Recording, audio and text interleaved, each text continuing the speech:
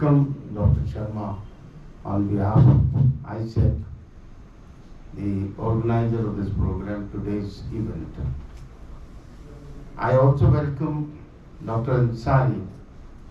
Dr. Ansari is the former Chief Justice of Bihar High Court. And you know, he is equally expert on many subjects. And you must have read some of the judgments from Bihar, Patna High Court, and he is so well known as a judge.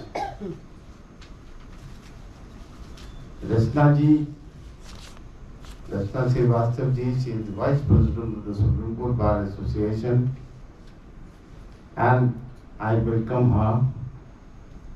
I see sitting here Mr. Alan Watts, my friend, Kadambari, and Bharti ji, one of the pillar of this program who helped a lot in organizing today's event. Then Mr. Raja Singh and I see Diwan Sahib, they are basically the pillars of the architects, those who design how the constructions are to be carried out. I welcome all of you in today's program. And most important thing which we have to understand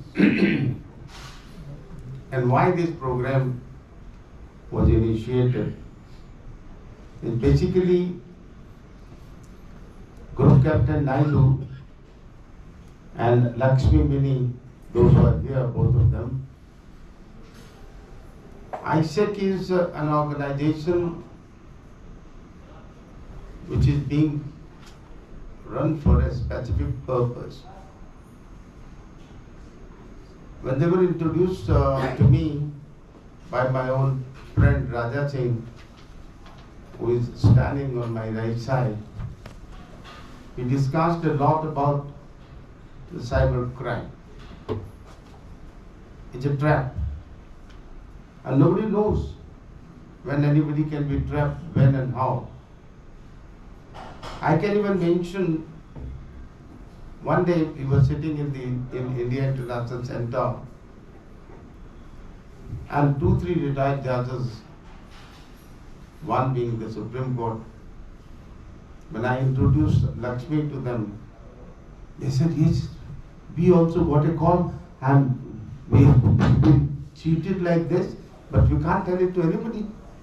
And this is happening with everybody. You receive a call, you don't know what to do and how to deal with it, and who is all behind it. It's a racket kind of going on, which is, I think, the biggest crime. Is much more than, and people lose money. I think I heard somebody saying that the former Chief Justice of India, Justice Lodha perhaps, he also faced such a situation, and there are so many. And that seems to be one of the reasons why the government is also trying to focus on digital arrest. Unfortunately or fortunately, I am not able to understand one thing, that we want digital world. We want the technology. We have switched on. We have gone miles ahead. But we don't know. We have no precautions, we have no education, we don't know how to deal with a situation. It's so dangerous a kind of situation where it becomes very difficult to deal with it. When Group Captain Naidu and Lakshmi and we discussed this issue, I also thought that it is something where, and they've been doing it. They're holding regular classes, they're giving their own tips, they're telling precautions, how to deal with when there is a call. And I think Lakshmi keeps two telephones and how she will explain how it's being, you have to understand as and when there is a call, what is the nature of the call, who could be behind it, and how to deal with it. I think that's something what is happening, which we have to understand, and no matter, it has to become a movement. We have started with this, we have to go ahead, and we have to then take the bar associations also to hold meetings and educate lawyers, because anybody can be trapped anytime, you never know. It's not something where anybody is being doing it for personal gain. It's being done to provide you a safety measure how to avoid these kind of situations and deal with as and when you face it. That's the whole purpose of today's program. And we also thought it importantly that let them at least tell us how to go about and deal with situation. We had invited Dr. Sharma would also give us important aspects, and also Justice Ansari and Rachna ji, and many Lakshmi would also explain along with Group Captain Naidu. So with this formal kind of an introduction, I request Dr. M.K. Sharma, the chief guest for today's event, to address us and give his viewpoint. Thank you, friends. My esteemed brother, Justice I.A. Ansari, Mr. Srivastava, Senior Advocate and Vice President of the Supreme Court Bar Association, Mr. K.C. Mittal, Advocate and Group Captain, retired P.A. Naidu, distinguished guest, most of them I know, particularly the ones who are sitting in the front, and ladies, members of the bar, and ladies and gentlemen present. It's really an honor and privilege to be able to be associated with this event, which is discussing a very complex issue which is troubling our society at the moment. When I was a lawyer and a judge, and a very long years of about 17 years as a judge, we never thought of the situation that the society is facing as of today. We never heard of the word cybercrime at that point of time. And I retired from the Supreme Court in 2011 only, about 12, 13 years back. But now we have been hearing and learning about a number of vocabularies which were unknown at that point of time.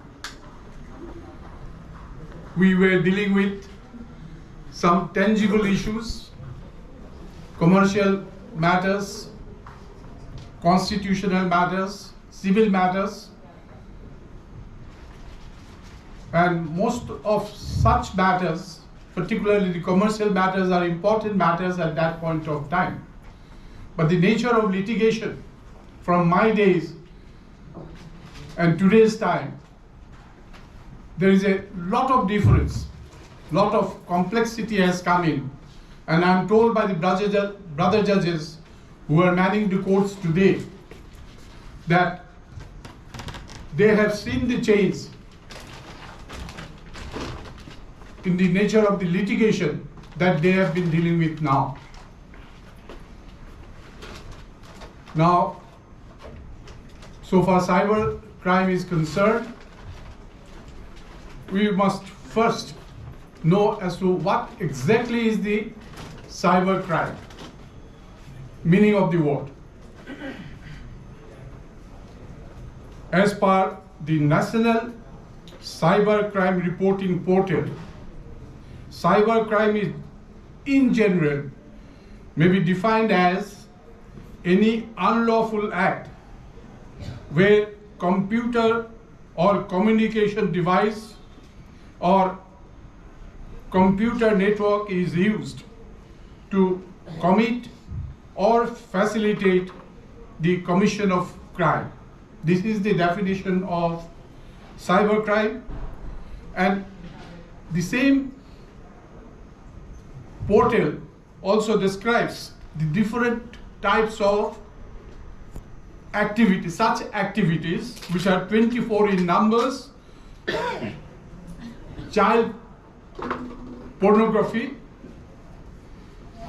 cyberbullying, stalking, grooming, phishing, wishing, smashing, online sextortion and sexting, data breach, online drug trafficking are a few examples of that.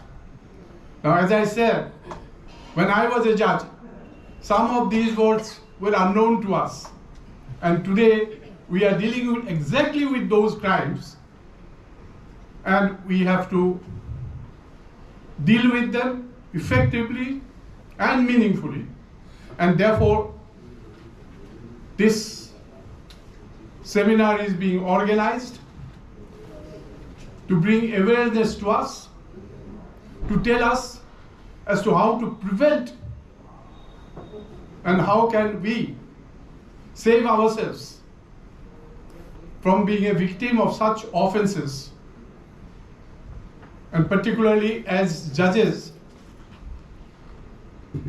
and lawyers, we have a huge responsibility towards the society for doing something to help the needy who should be taught as to how this crime is committed, as to how it could be prevented, and how a criminal who is resorting to this can be brought to book. The law plays a pivotal role in maintaining the balance between safeguarding freedoms and ensuring justice, and this role has never been more important than it is in this digital age.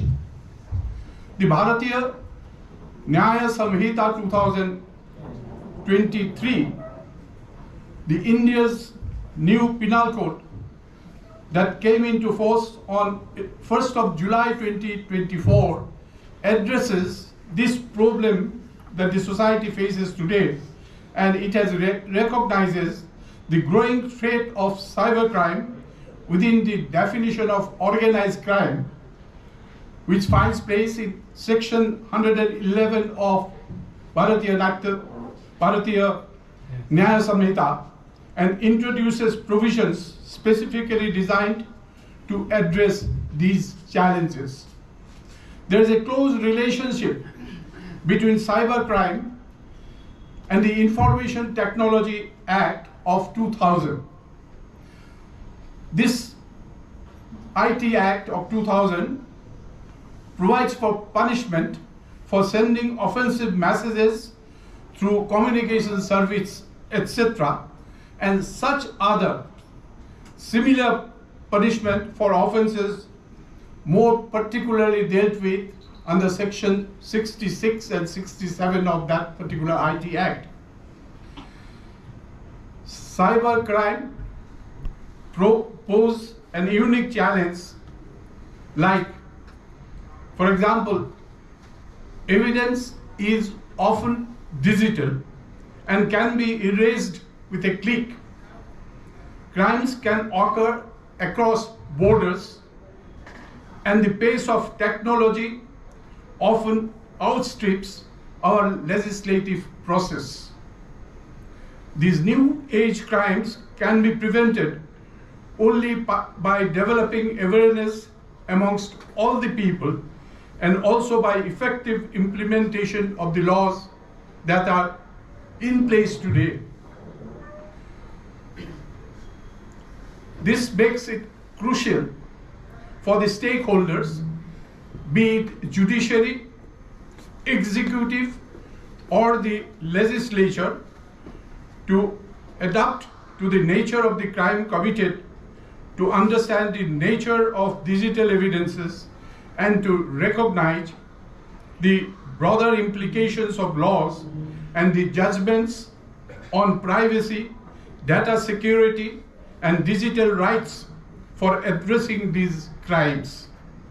As judges and legal practitioners, we must be well versed not only in the traditional laws, but also in the evolving landscape of cyber threats. Understanding these nuances is critical, and not just for adjudicating cases, but also for guiding law enforcement agencies in proper conduct of investigation procedures. Now, I would like to highlight some of the key statistics regarding cybercrimes that is available.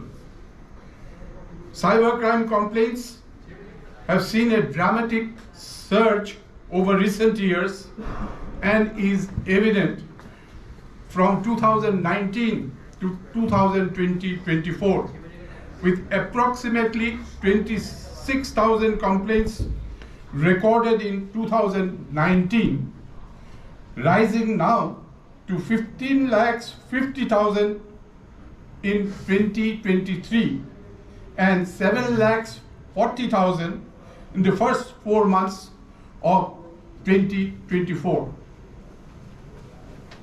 This would show the tremendous rise of the offenses known as the cybercrimes.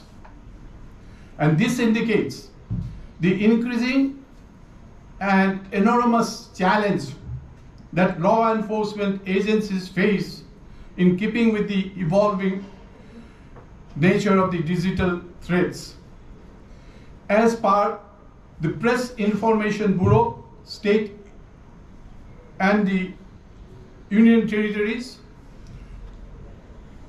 the details of citizen financial cyber fraud reporting management system during the period from 1/1/2023 to 31/12/2023, amount of reported cybercrime complaints was more than 7,488 crores.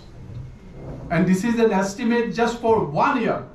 So kindly recognize the enormity of the problem that we face today. As per the Business Standard newspaper, the economic damage caused by cyber fraud is substantial, and it has been increasing every year. Such figures, which are available in the internet, highlight how financial fraud is targeting individuals and institutions alike, emphasizing the need for the stakeholders to understand the enormity of the problem and address these crimes effectively. In September 2024, even the official YouTube channel of the Supreme Court was hacked. The hackers posted unauthorized videos promoting a cryptocurrency, showcasing how even high-profile judicial platforms are vulnerable to digital attacks. The incident is particularly concerning as the Supreme Court has been dealing with many important, and particularly when there is a live streaming of the hearings of the Supreme Court, particularly the constitutional matters, and it emphasizes the need for robust cyber defenses within the judiciary. In 2019, and my friend Mr. Mittal has already said, even a former judge, Chief Justice of the Supreme Court, was siphoned off of a very huge amount. He was duped of rupees 1 lakh by a man who accessed his friend's email account and sent him an email seeking money for medical treatment. And the money was so sent as requested because it came from his email address. If it could happen to a person of his stature, it could happen to all of us. So you have to be careful, you have to have awareness, and that is the reason why this event is being organized. I must congratulate the organizers for at least trying to make us aware of the problem and also the manner in which we can prevent it.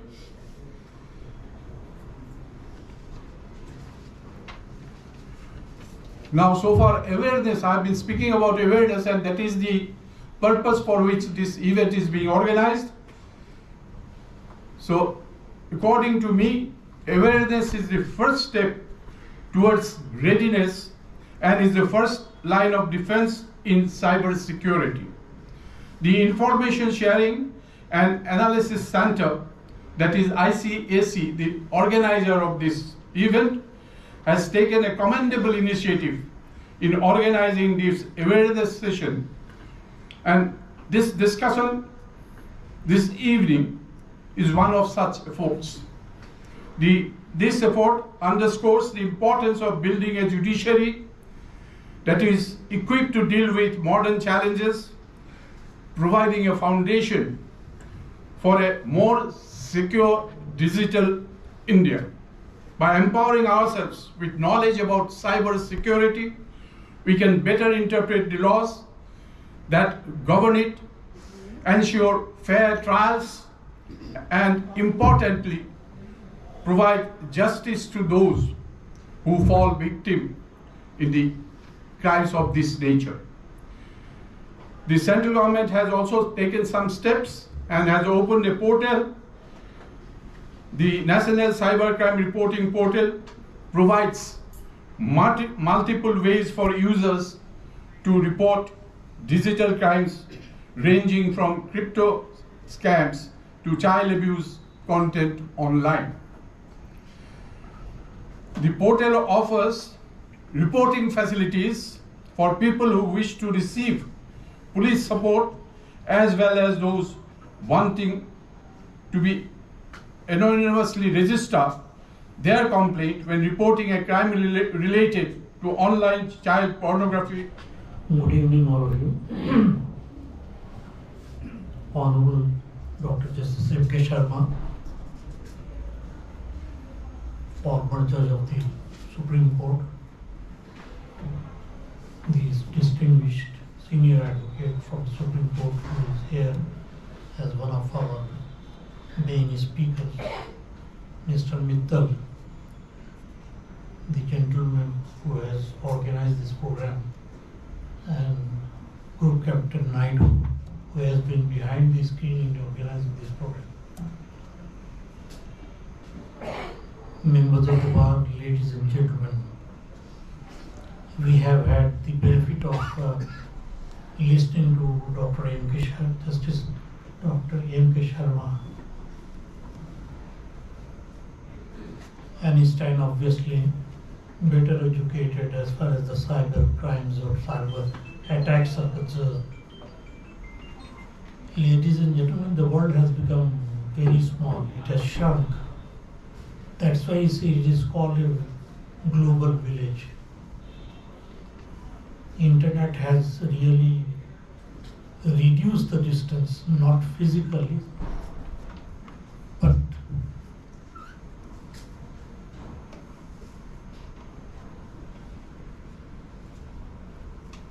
the perception which we have of each other. We must understand that law is not static, it's dynamic. It keeps changing according to the needs of the society. Many a time, the law changes even without change of the statute or I'll give you a small example. There was a time when doctors, pardon me, I'm not criticizing the doctors,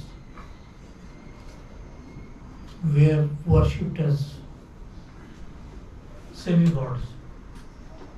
Their words were never doubted.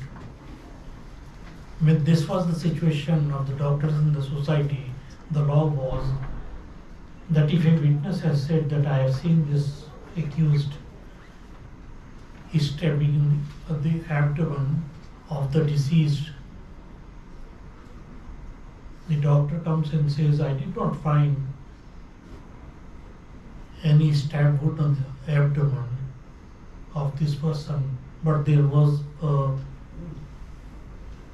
an injury on the back of his head, and it was a blunt injury caused by a heavy weapon. There was a conflict between the two, the oral evidence and the medical evidence. Since society had no reason to doubt the doctors, the standard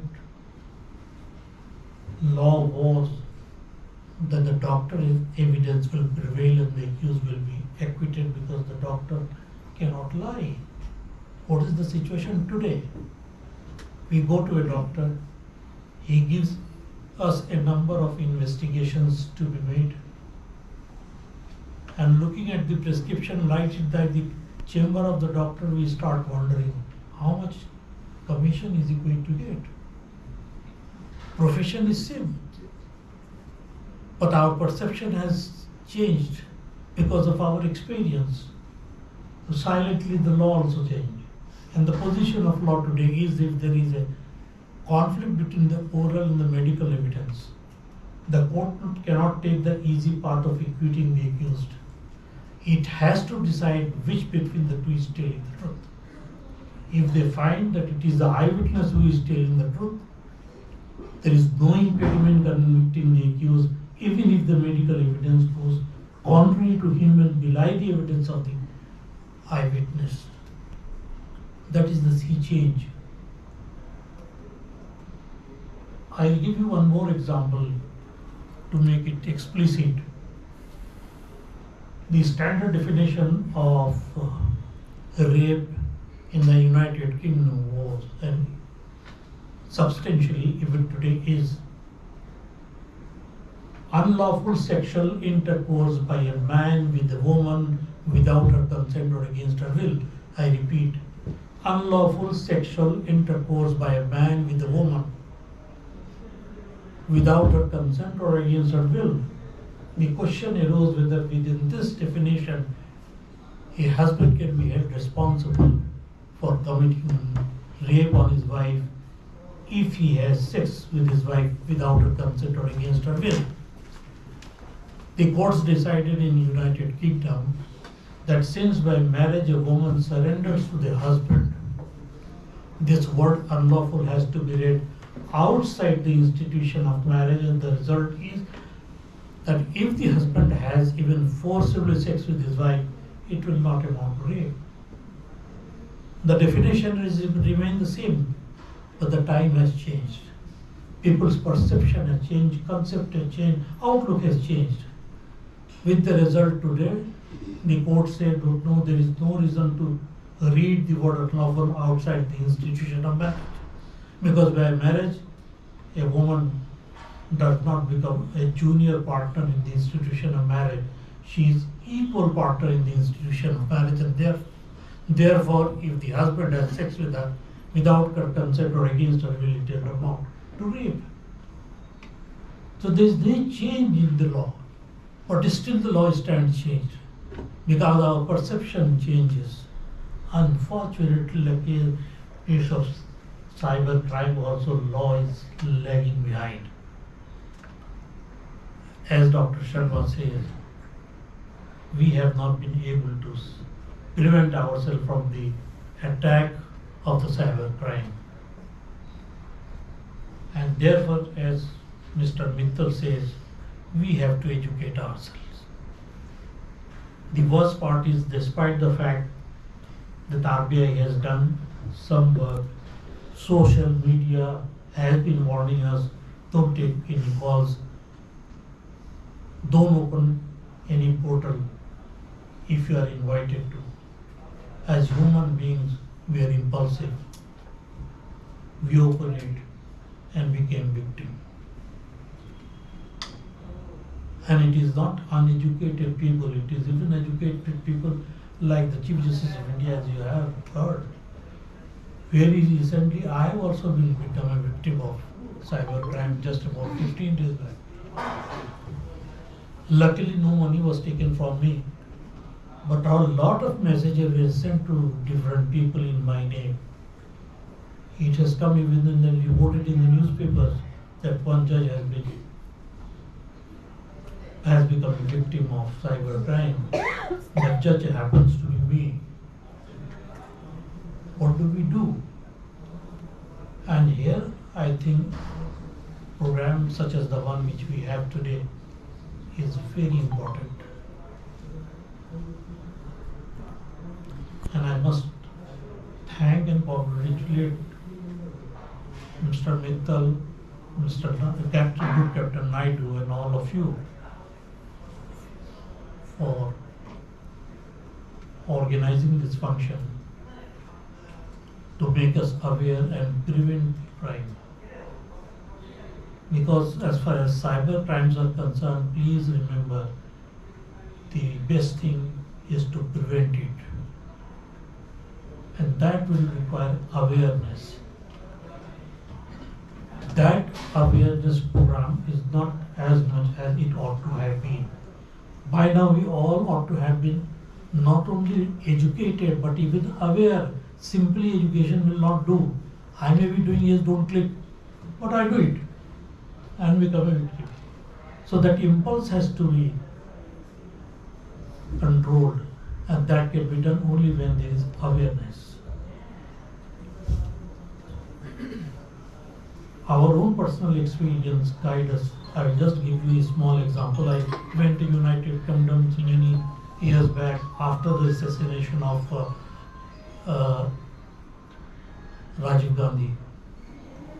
That means by that time we had lost two main prime minister in the hands of the terrorists, Indira Gandhi and Rahul Gandhi.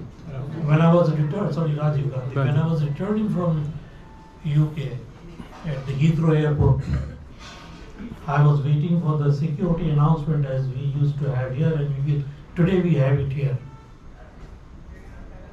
And for international flight, I think it is 2 hours before the departure of the flight that you have to report, maybe 3 hours. I don't know exactly. I have recently returned from US about 15-20 days back. No announcement was made. I was getting jittery when they will make the announcement, so that I get rid of the announcement and take my seat. Ultimately, when it was left only 20 minutes, I went to the counter and asked the lady at the counter, when will you announce the security check? Believe me, she looked at me with great concern and seriousness.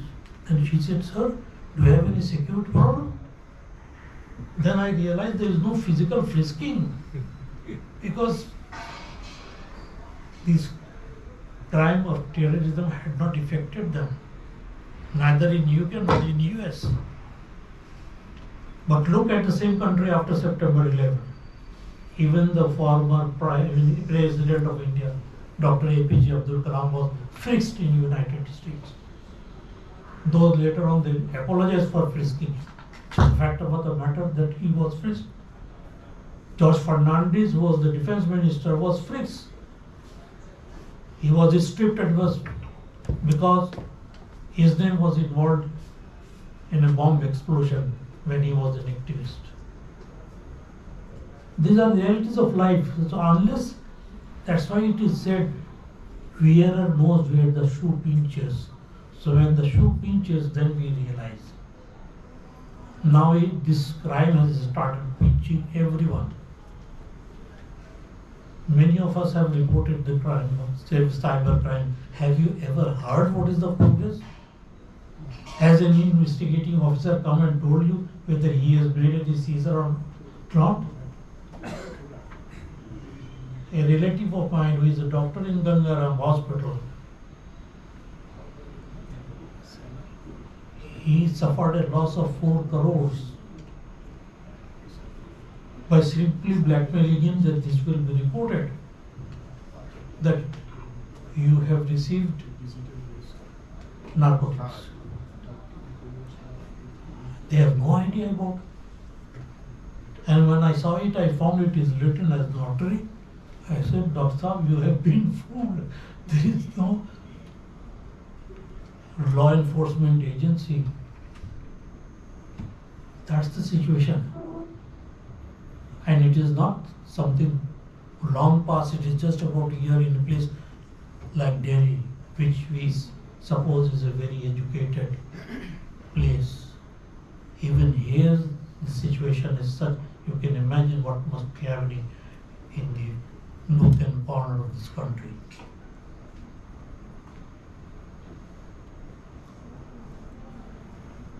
Ladies and gentlemen, I must say and repeat that I am very happy that this function has been organized. This event will give us or provide us with an opportunity of exchanging. I am waiting very anxiously for our noted speaker, from the senior advocate, to speak on this subject, because I am sure she, being the being younger than us and being more knowledgeable than us, will be able to tell us what to do when we are faced with such a crime.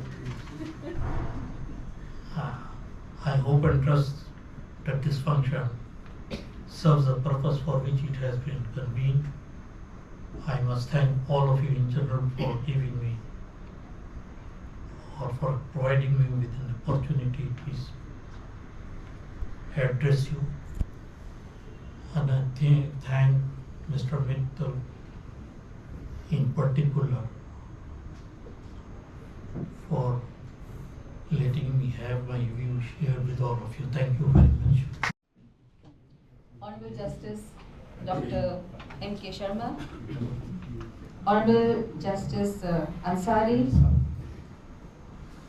Mittal ji, Chairman Center for Legal and Judicial Studies, and a very dear old friend, Group Captain Naidu ji, Executive Director, ISAC, Dr. Mukesh Chandra, Ms. Lakshmi, my colleagues at the bar, distinguished guests, ladies and gentlemen. At the outset, I would also like to endorse what my previous speakers have said, that I am thankful to Mr. Mittal and other organizers for having this event today to create awareness about the cyber crimes in this digital age.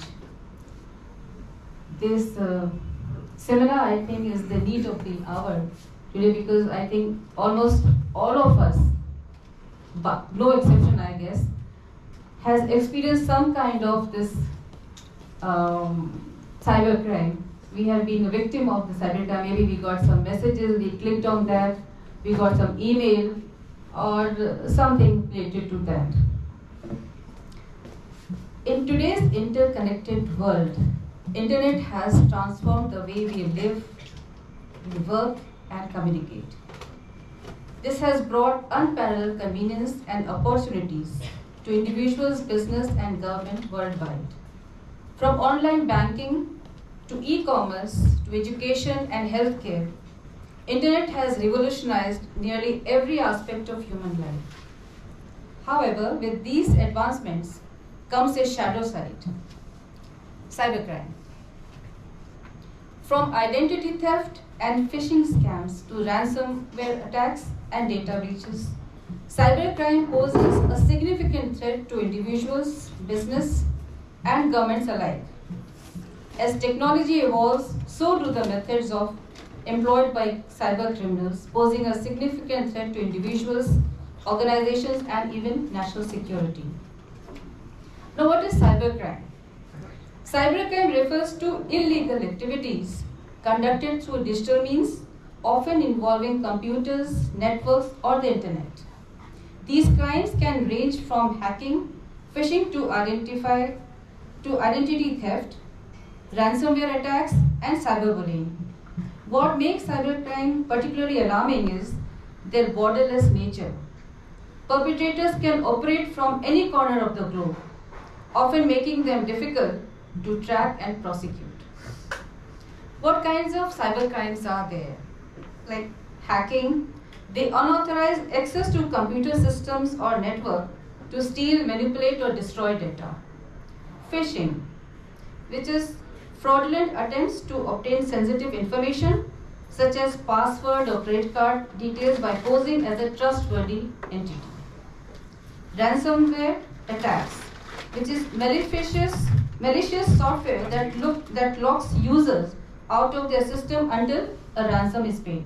Recently, you will recall that Ames was also a victim of this hack, I guess.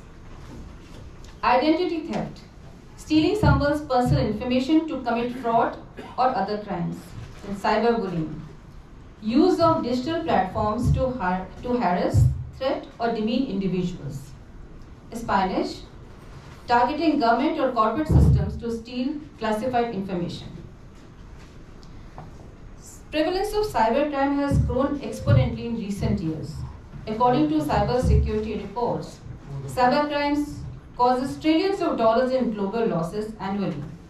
COVID-19 pandemic further accelerated the shift to digital platforms, providing more opportunities for cyber criminals to exploit vulnerabilities. Now, what are the key factors that contribute to the rise of cybercrimes? Increasing connectivity. The proliferation of internet-connected devices has created a vast attack surface for cybercriminals. Increased dependency on technology as more aspects of our lives shift online, banking, shopping, healthcare, and communication, the opportunities for cybercriminals to exploit vulnerabilities grow. There are other sophisticated techniques like cybercriminals are continuously evolving their tactics using advanced technologies like artificial intelligence and machine learning to execute more targeted and effective attacks. Internet knows no borders, making it easier for attackers to target victims anywhere in the world. Many individuals and organizations still fail to implement basic cyber security measures, making them easy targets. This impact of cyber crimes like economic consequences. Businesses suffer financial losses due to data breaches, theft of intellectual property, and downtime caused by cyber attacks. There is emotional distress. That's all the impact of cyber crimes. Victims of identity theft or cyberbullying often experience anxiety, depression, and a loss of trust in the online platforms. There's a national security risk. Cyber attacks on critical infrastructure such as power grid or financial systems can have devastating consequences for national security. Reputational damage. The organizations targeted by cybercrimes often face a loss of trust from customers and stakeholders. There are also privacy breaches, like personal data when stolen can lead to identity theft or blackmail. How to combat cybercrimes? For this, one has to strengthen cyber security measures. Addressing the menace of cybercrimes requires a multi-pronged approach that involves individuals, organizations, and governments. The first is to educate yourself. Learn about the cyber threats like phishing, malware, and ransomware. Understand the importance of strong, unique passwords and two-factor authentication. Should remain always updated. Regularly update your device and software to patch security vulnerabilities. Verify before you click. Avoid clicking on suspicious links or downloading unknown attachments. Always use trusted networks. Be cautious when using a public Wi-Fi. Always use trusted network. Consider using a VPN for secure browsing. You should always and immediately report incidents if you fall victim to a cyber attack. Should report to the authorities. As you know, the advancement of technology is really outpacing our laws. The growth is so fast that it is difficult. The moment you frame a law, perhaps the new technology develops. So the government and the law framers are lagging behind in framing the laws. So the government and the other organization must work collaboratively to create a robust cybersecurity framework that includes developing and enforcing stringent cybersecurity laws, promoting awareness campaign to educate citizens like this has been organized today, investing in advanced technology to detect and prevent cyber threats. The organization must invest in robust cybersecurity infrastructure, conduct regular audits, and educate employees about the potential threats. Government worldwide need to update existing laws and create regulations to address emerging cyber threats. International cooperation is also essential as cybercrime offense involve actors from multiple jurisdictions. So it is really necessary to have inter-jurisdictional cooperation. As I said, awareness campaigns to be organized, educating public about the risk of cybercrimes and how to prevent them is crucial. Campaigners can help people recognize phishing attempts, avoid suspicious links, and protect their personal information. Establishing quick response team to handle cyber incidents can minimize damage. Government and private organizations should collaborate to share information about potential threats and vulnerabilities. Investing in research to develop advanced cybersecurity tools and techniques is essential to staying ahead of the cyber criminals. Technologies like blockchain, quantum computing, and artificial intelligence hold promise for enhancing cybersecurity. Cybercrime is a reality of the digital age. Cybercrimes are an unfortunate byproduct of the digital age, posing a significant threat to individuals, organizations, and nations. While the internet has undoubtedly improved our lives, it also demands vigilance and proactive measures to ensure safety. Awareness and proactive measures can mitigate its risk. Combating cybercrimes requires a collective effort involving technological innovation, legal framework, and public awareness. By working together, we can mitigate the risk and harness the full potential of the digital age without compromising security. The digital world offers immense opportunity, but it is also a battleground. As we continue to embrace technology, safeguarding ourselves against cybercrimes must remain a top priority. Only then we create a secure and resilient digital future. By staying informed and vigilant, we can protect ourselves and create a safer online environment for all of us. Let us remember, in the digital world, knowledge is not just a power, it is a protection. I would like to conclude by sharing my own personal experience. As Justice Sharma and Justice Ansari has said that he was victim of one cybercrime, and Justice Sharma mentioned about Justice Loda being victimized. I was in Azerbaijan, Baku, and there was hotel booking done by my friend. Actually, he did hotel booking for himself, and he got a message that booking has not gone through. So he asked me whether you have booked your room in the hotel, Hilton. I said, I have yet to do it. He said, I got a message that my booking didn't go through, so I made another attempt and got another room booked. By that time, I booked another room. I got a message that my previous booking was also done. So I got 2 rooms booked. So if you have not done your booking, can you please take this room? I said, well, I have not done my booking, so I will go for this room. When we reached Baku, so he had reached a day earlier. So when I reached, at the time he and his wife had gone out for sightseeing. So I asked whether there is a booking in his name, in his name. He said there is only one room booked in his name, and but you being the head of the delegation, we have blocked a room for you, and you can book your room here. So I made payment through my credit card, and room was booked. But then when he came in, then it was learned that there were 2 rooms. So then they said, since the other person had booked through booking.com, so they cannot cancel that booking. But the booking which I have done, they have cancelled it, and they will refund the amount to my credit card account. When I reached back India, I did not get any update or message as if whether the amount has been refunded or not. So I was trying their number and repeated number. As you know, these calls do not go through. You have to try multiple things. You press 1, 3, 4, so many things. So then I remembered that once I received a message on my WhatsApp from SBI. So why not try from that?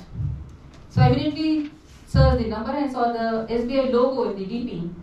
While I was typing, I hadn't typed. I was just typing. I get a call. Now you are trying to reach out to us. I said, yes, this SBI. Says, yes, SBI. And what's the problem? So I shared the problem that I have not been updated whether the refund has come or not.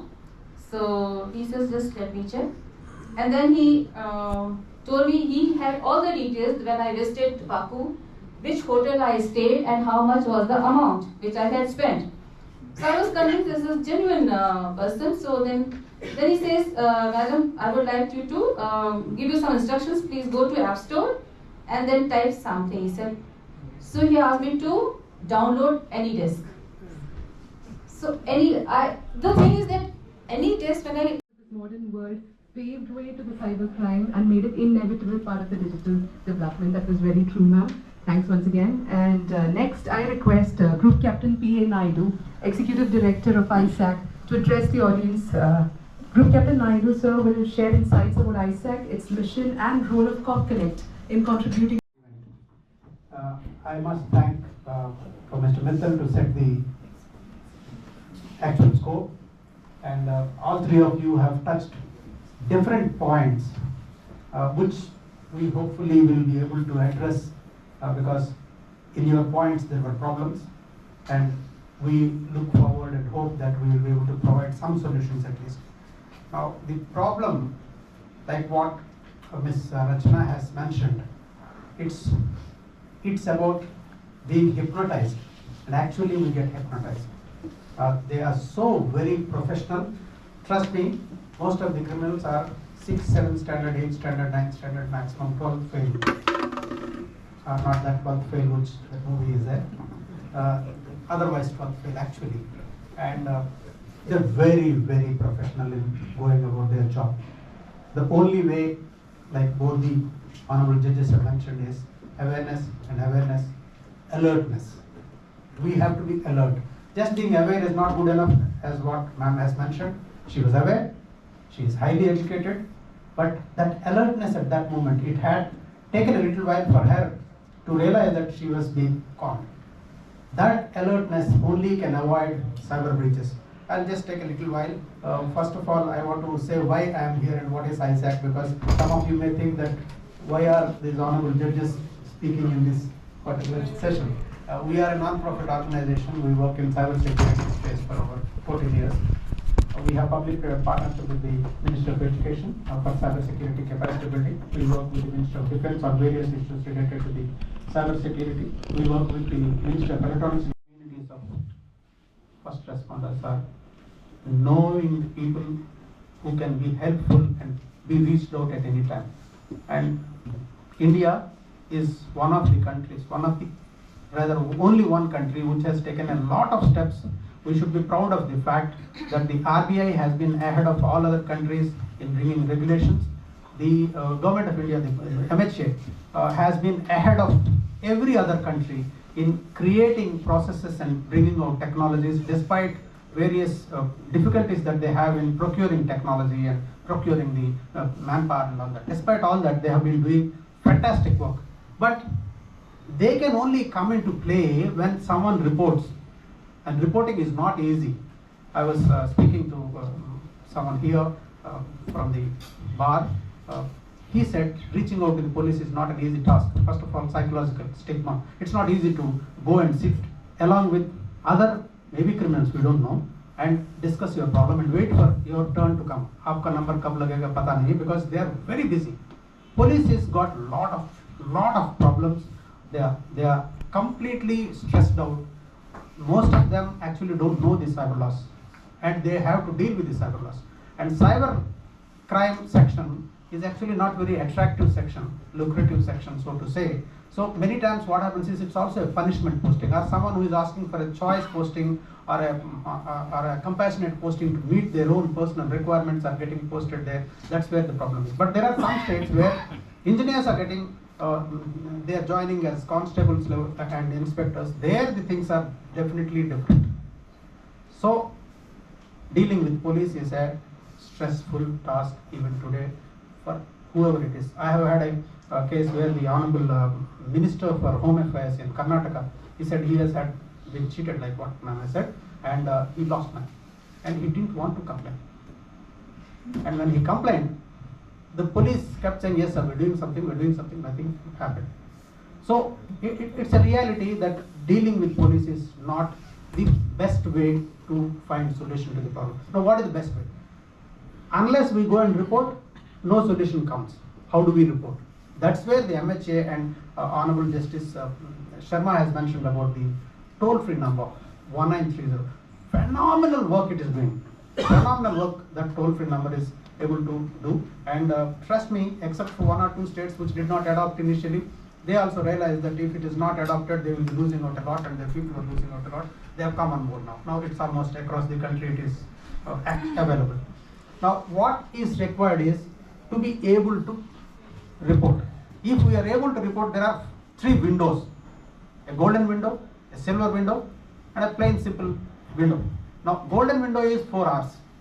In 4 hours, if we are able to report, except for a few crimes. When I say a few crimes, if someone is under digital arrest for say 3 hours or 1 day, it is not possible to retrieve the money that he loses. But if some OTP fraud has happened, some fraud has happened through what ma'am has mentioned, if the complaint goes within 4 hours, today MHA has made the banks nominate people to sit in I4C, the Indian Cybercrime Coordination Center that they have created. During the corona, they have created a fantastic job. So I4C has people from the banks, different banks, 5 banks as of now I think. Some of the banks don't have, but they will also come soon. What they do, round the clock they are there. The moment the complaint goes, they will freeze the transaction, the amount involved. Earlier they were freezing the bank account.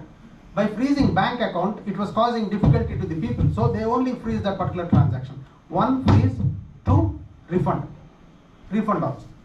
Now that also is giving more time to the investigative agencies to chase the criminals. But the problems are far too many. Like there are villages in some of the border areas in the international border, adjoining international borders, where most of the people don't work or do anything. No agriculture, nothing is done. They have something known as mule accounts. They lease their bank accounts and credit cards and debit cards, and they earn a lot of money. They earn handsome money. For each debit card or each credit card, they get monthly this much amount. But that's altruism as far as when we compare to the amount of money that is stolen. Now, what they do, these accounts are on lease, and multiple accounts are used to siphon off the money that comes immediately. Like say there is a virtual arrest, digital arrest, and 1 crore is taken. 1 crore cannot be withdrawn suddenly. So immediately it is sent to different accounts, one in the western border, many accounts in the other borders. So what happens? Those people, they have something known as runners. I do not know if you have heard of this word runner. Runners earlier used to be, especially in armed forces, the people who used to run and hand over the mail from one post to the other post. That's how they used to be known as runners. Now these people have runners. One motorcycle, 2 people. One is a driver, one runs to the ATM, withdraws some money, they run to the next ATM, withdraw some money, and that happens in multiple cities. While the account and the debit card is belonging to someone, say for example in the Bangladesh border, the transactions may be happening in Maharashtra, in Delhi, Noida. These are the modus operandi that is happening, and that's how the MH has been trying to catch up with the criminals, but it's not that easy. Let's accept the fact that the crimes are growing, and with the modern technologies like AI and other things that have come, deepfakes, it's very, very difficult to catch up with the criminals. The only way is to be aware, to be alert. That's it. So what we have come out with, when I say we create communities, we also try to solve the critical problems impacting the community and society. Now, what are those critical problems? It could be a small problem impacting the large number of people, like the financial frauds, like the sexual frauds ma'am was mentioning, the cyberbullying thing. I will also give some comics we have created on how to address the cyberbullying.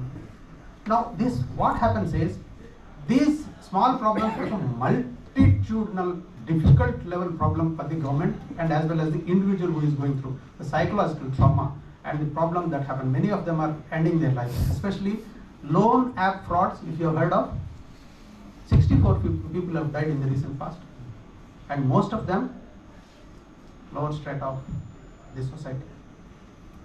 Now, that is one. Second is what ma'am has mentioned, the critical information infrastructure, we call it in cyber parlance. That's the railway, DRDO, the defense, the metros, the airports, these critical information infrastructure. Now, we focus on both these areas, find solutions and give it. One such focus area for us was individuals, how to protect them, especially those who are uninitiated, those who are not educated. My mother is an illiterate. She uses smartphone to see me in the morning every day. One call she wants, video call. Now, she has also got that phone connected to her bank account. I send some money and she tells someone to withdraw that money. So there is a lot of scope for fraud. Now, that happens many places, especially the retired people, government employees and the armed forces employees who are in the remote areas. They give their cards to someone who is educated. They can't go and withdraw the money from ATM. A lot of frauds are happening because of that. Now, what is the solution? We said, okay, fine. We train volunteers. We have an AICT approved training program. We train volunteers to be the cybercrime intervention officers or the first responders. And these volunteers are available for free to help any victim by providing first aid. Just first few steps. Take this step, you will be able to get back your money. Take this step, your cyberbullying will stop. Take this step, your data theft will be addressed. Now, those first few steps, why it is important is, first of all, cyber crime means it's a shock. What the other speakers have mentioned is, even highly educated people remain under shock, hypnotized for a long time, and they lose money. I'll give one small example. There is a GM of IT in one of the multinational companies in Delhi. His wife is a professor in one of the colleges in Delhi. She calls up one general who is trained by us as a national cybersecurity scholar. We train people at that level also. That general calls me at night 10 o'clock. He says, "Group captain, there is a lady known to me. She is a professor. She says her husband is under digital." This was about a year back. The digital arrest was just starting. She says her husband is under digital arrest, and 2 days he has not been moving from his room, and he is in front of the camera. I said, "Sir, crazy? I mean, digital arrest in 2 days, you are in your house being arrested without anything. No police has come, no arrest warrant has come. Nothing is there. What is this?" She says, "I tried to convince her, but she is also convinced that he is under arrest. And they have told him that if he moves out, he will be arrested outside." I said, let him be arrested outside. Where is the problem? Let him go out." No. Then I told him to give the phone to her. He gave her the phone. I told her that, "Please go," Bengali lady, "please go and give a tight slap to your husband." She said, "Sir, kya bolta hai aap?" I said, "Please go and give a tight slap." She said, "No, I cannot." I said, "At least shut his laptop." She said, "No, sir, I cannot do. He is under arrest." I said, "You are not believing me. Just do that." Then I had to convince her. It took me more than 5-7 minutes to actually convince her that there is no digital arrest. He is actually being cheated. You have to do something, and if you don't believe, please check out immediately from your house. Just lock your house, go check in a hotel, stay there for 3-4 days, and come back. Nothing will happen. It was initial stages of the digital arrest, and they left the house. They went and stayed in a hotel, and then nothing happened, obviously. But it was so very difficult to convince the person that these things are happening. Now, that shock is what these cybercrime first responders are trained to address. Give that confidence to the individual victim, enable the individual victim so that she or he will be able to lodge a complaint and at the appropriate place in the right manner, because even investigate, like the banks which are sitting, people who are sitting in the MHA, they should be able to action the complaint. If the complaint is not coming in an actionable form, they will not be able to do anything. That's what we do as far as this is concerned. Now, these challenges, I think they have already been spoken. One problem is lack of ethics, professional ethics. That is the biggest problem. In cyber security, ethics becomes very, very important. Not only cyber security, any field ethics is an important aspect. But cyber security very important because many of the companies are losing data because of the insider attacks. The insiders leaking data, insiders selling data. Recently, you would have heard of one big insurance company. The CISO is reported to have sold the data. CISO means Chief Information Security Officer. He is the custodian of all the data of that company, and if he sells, what will happen? We have had many difficulties, and we are ISAC is collaborating with the AICTE because our workforce has earned a very bad name. We are rated very low in an international report known as Kroll report. I have my opinion against that modus, the method of arriving at the rating. That's a different issue, but we are very lowly rated. In Asian Fraud Survey, we are rated, the outcome of that fraud survey reflects that we are not only corrupt, Indians are not only corrupt, but can corrupt anyone. Now, this is not a good thing to happen. That's how the national leadership wanted something to happen, and we have started this collaboration and started doing something with the AICTE where honest resume is what we're talking about. That's one. The second thing is skill deficit. In cyber security, this is the major problem. Why? Because these days there are many platforms, Udemy, Unacademy, and all these things. Like in law, there is no correspondence course where you can come and practice in a court. You cannot learn swimming in a classroom. You cannot learn cyber security also by going through the videos. It's as simple as that. You have to have hands-on. You have to actually feel it, do it, and then only you will be able to exercise whatever role that is given to you, you can deliver that. The skill deficit is the second biggest problem. That's where we are trying to focus. Now, the foundation is, actually they say people process technology for cyber security, but we always say it is the person. Like all these speakers have mentioned, it is a person. At the end of the day, the best of the technology will not be of any use if the individual is not competent, not willing, or not professional, ethically working at professional. Now, individually is the most important. And alertness. Alertness. There is a new phrase that has come, zero trust. Trust no one. And that's why we say women are best suited for the cyber security. They don't trust themselves also. They'll check, recheck, and cross-check. Not only that, there are many other advantages. They are multi-skilled by nature. They are multitasking always. They can find finer details they can focus on.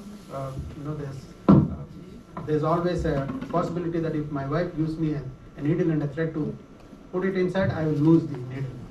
But if I have to find that out, it will take a day. So it's like that. So ladies are better suited, and of course they also are involved in national building by rearing children who are going to be good citizens. If they are into cyber security, it is something which they can work from home anytime. That's an advantage for the ladies. Now, the best thing that can happen, already emphasized, awareness and knowledge. I will not like to go on any further on that. Skilling for two particular professionals. We never know. We may have to get in touch.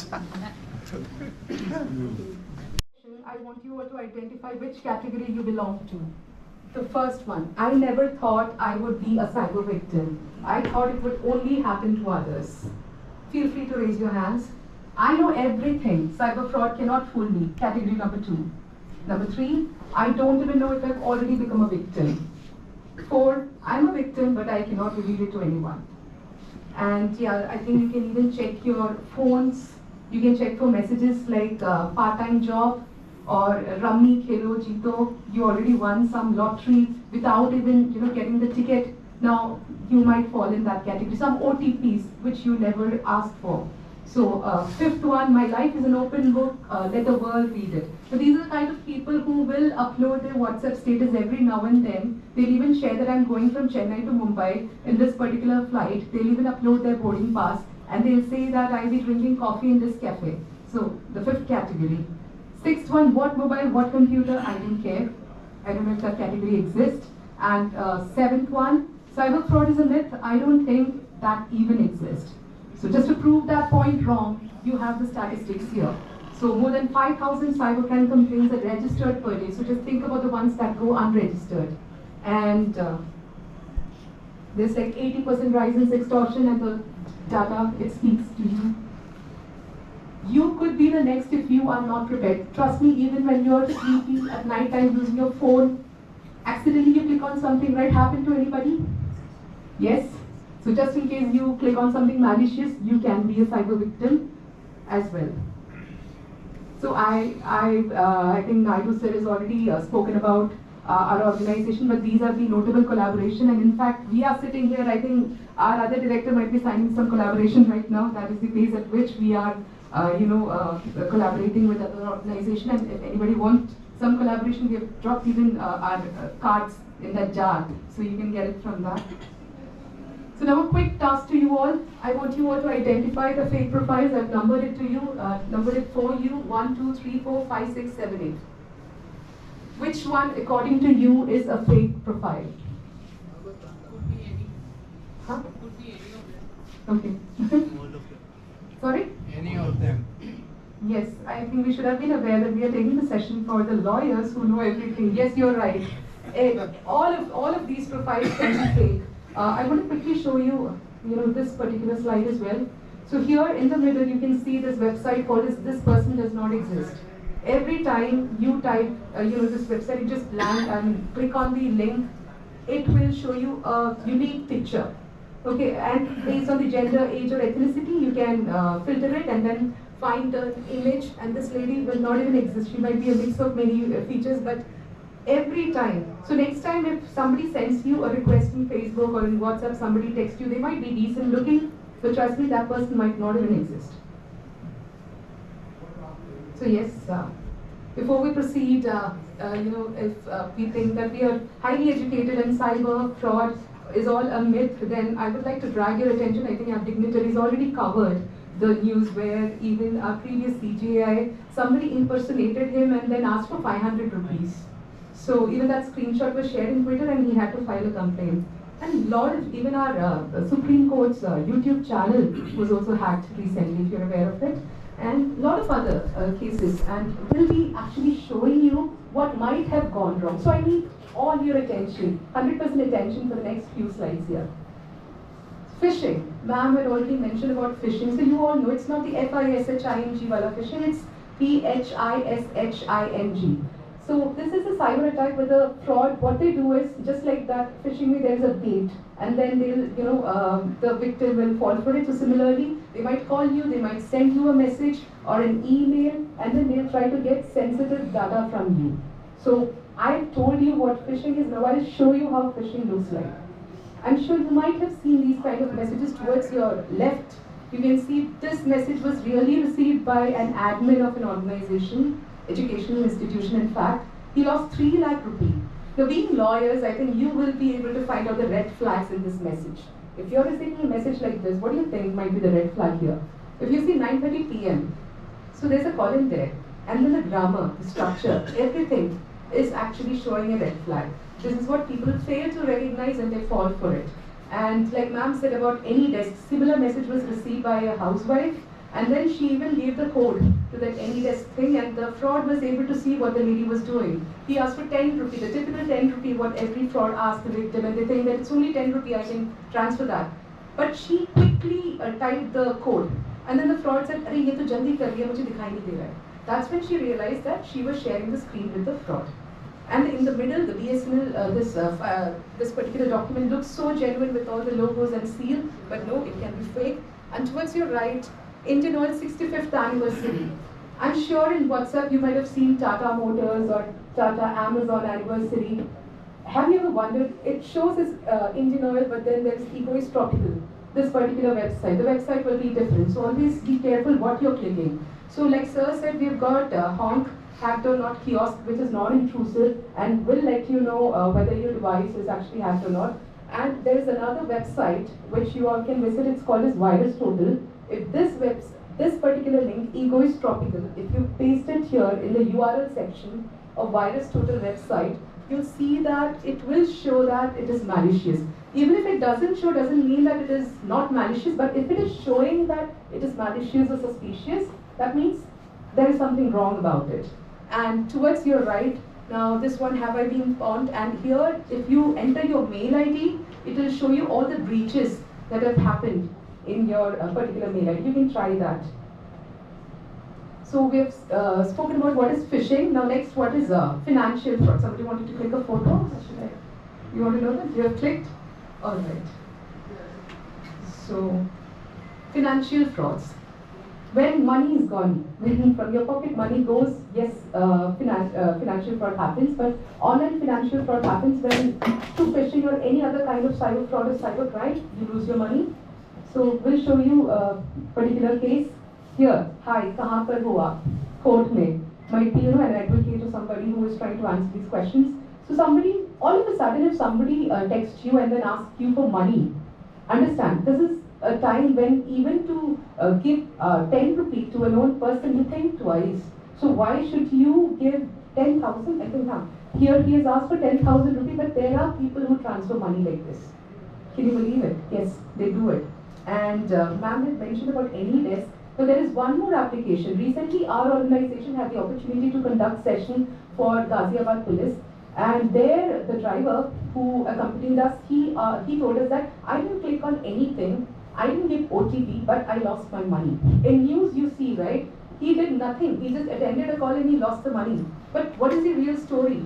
There might be an AnyDesk or similar apps like TeamViewer or Zoho, but there can be one more key element here. The person might have clicked on APK file. Anyone can tell me what will happen if you click on APK file?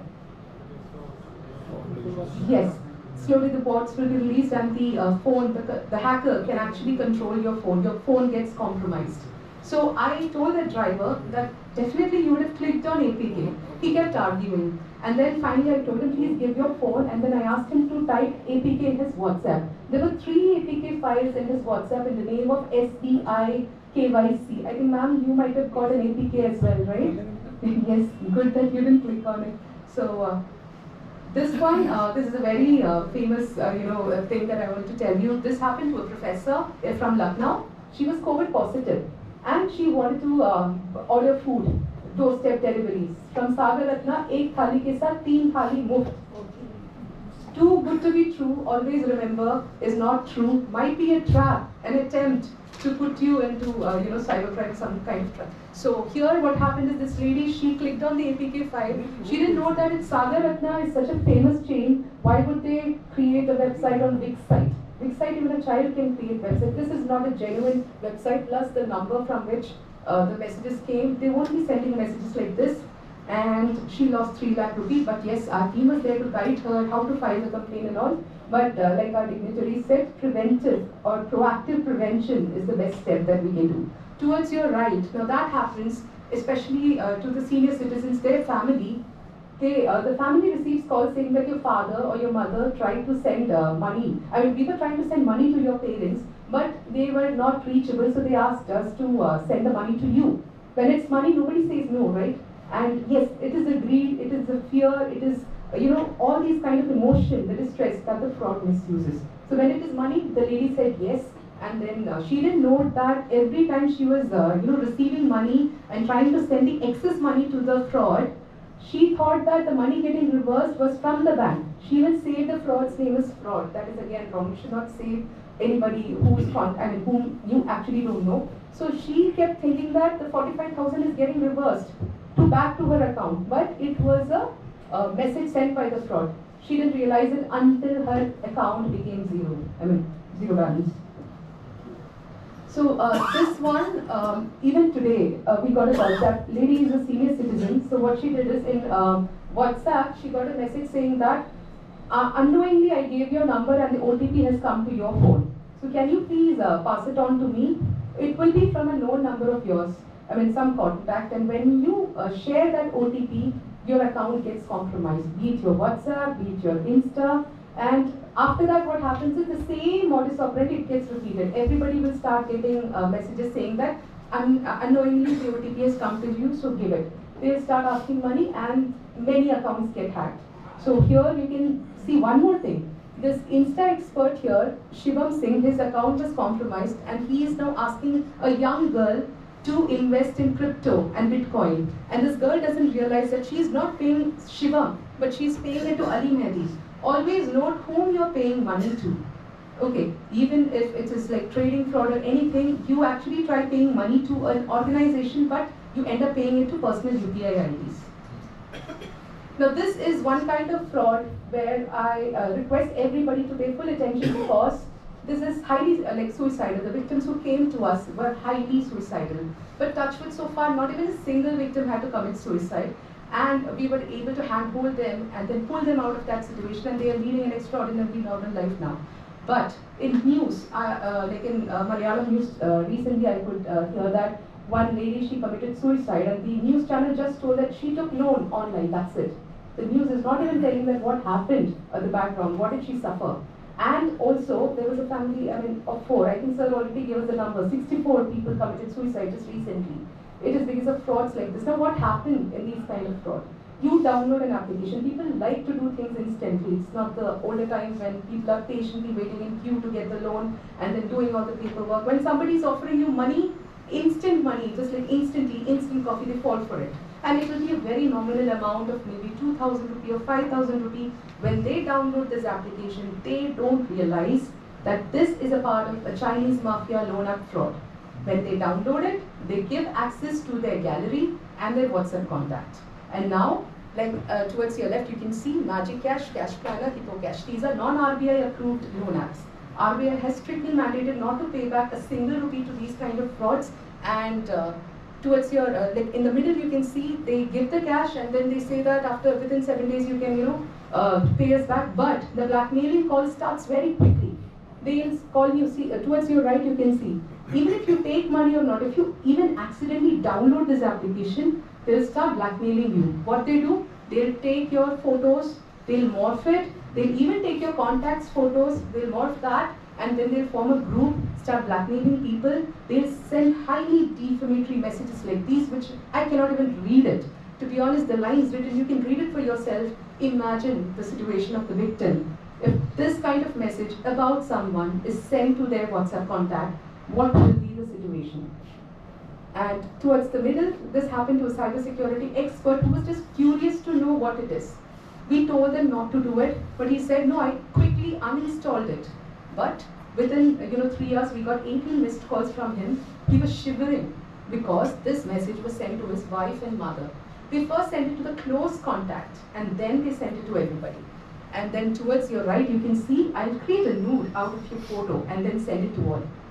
These images were shared by the victim. They gave us the permission to use it. You won't find the victim data anywhere because we follow confidentiality and we respect the privacy of the victim. They say that whatever happened to them, they are ready to join with us in this mission to spread awareness, because we want to show you how this looks like, how serious these kinds of cybercrimes are. And daily 30-40 calls, all harassing in very vulgar languages, this really happens.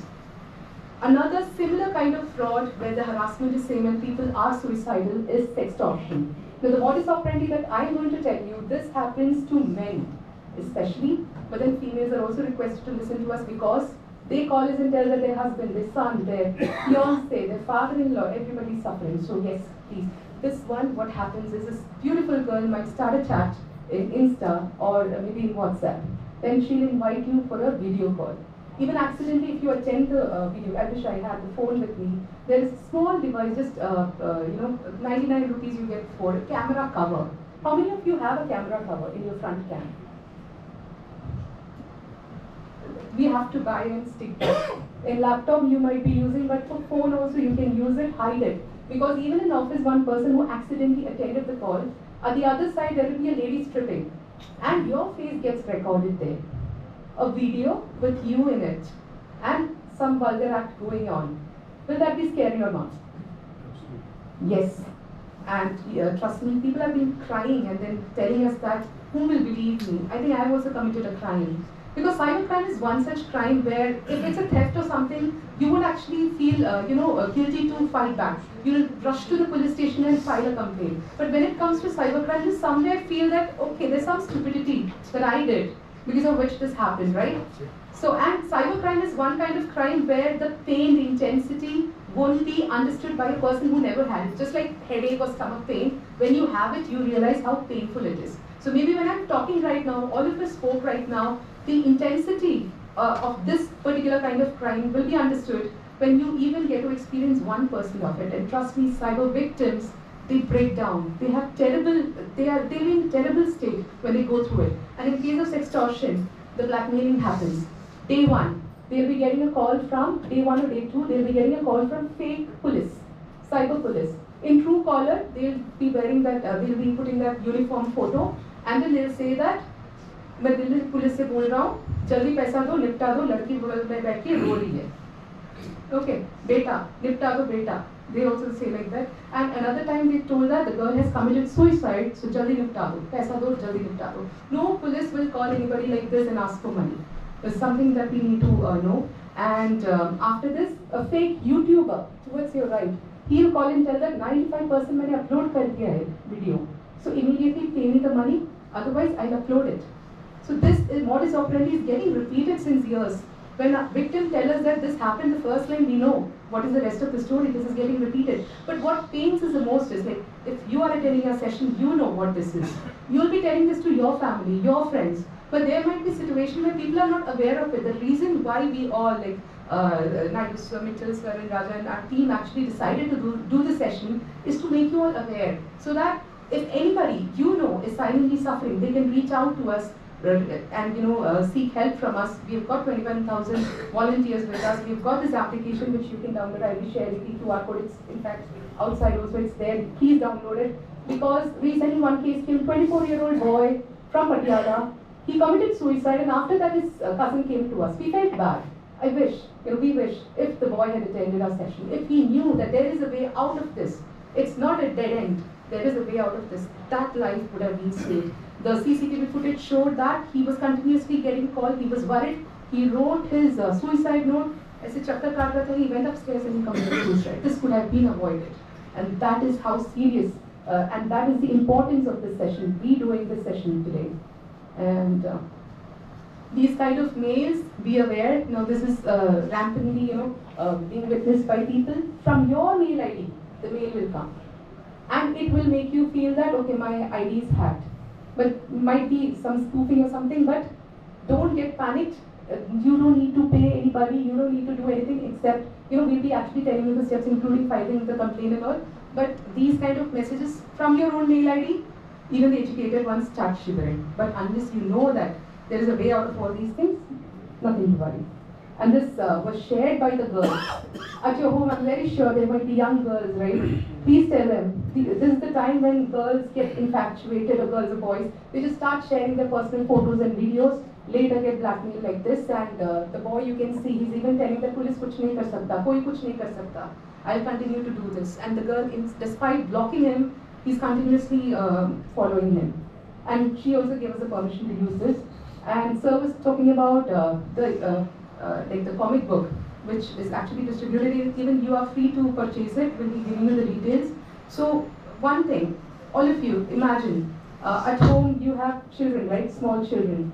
If you see that child from your window and surrounded by 2-3 strangers, will it panic you? I mean, will you be panicked? Right? So imagine when you give your phone to the child and the child is in the bedroom, you think the child is safe. The child might be chatting with pedophiles, with all the culprits, cyber criminals, who knows. So when the child is in front of you using the phone, never assume that the child is safe. The child might be vulnerable. And in fact, we took session for the 4th standard recently. I was worried to take session for them. I was wondering, what will I even tell them? What will they know? So the 4th standard child asked me, Discord mein one uncle is asking me for photo. What should I do? And my YouTube channel, so many are commenting to add more videos. Some uncles are commenting. So what to do? Somebody is asking me to turn on the video and then roam around in my house. What to do? So 4th standard student asking me about Discord, which even adults never ask me, hardly ask me. So this is how serious the situation is, and this is the future generation of a country which we all, just like we fight for the constitutional right, maybe like ma'am said, there is a gap. I think Sir was telling, Ansari Sir was saying that there is a gap in the cyber law and the perceptional changes. So we need to bridge that gap together, and that's the whole purpose of this session. Sextortion. Now this is our first case. I hope all are catching up with me, or any doubt if anybody want to ask something.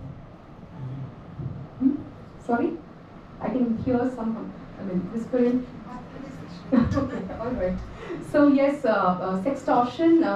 This one happened to a girl, a 19-year-old girl whose details were published in dating website. So she started getting calls from strangers. She stopped using her number. Her mother started getting calls.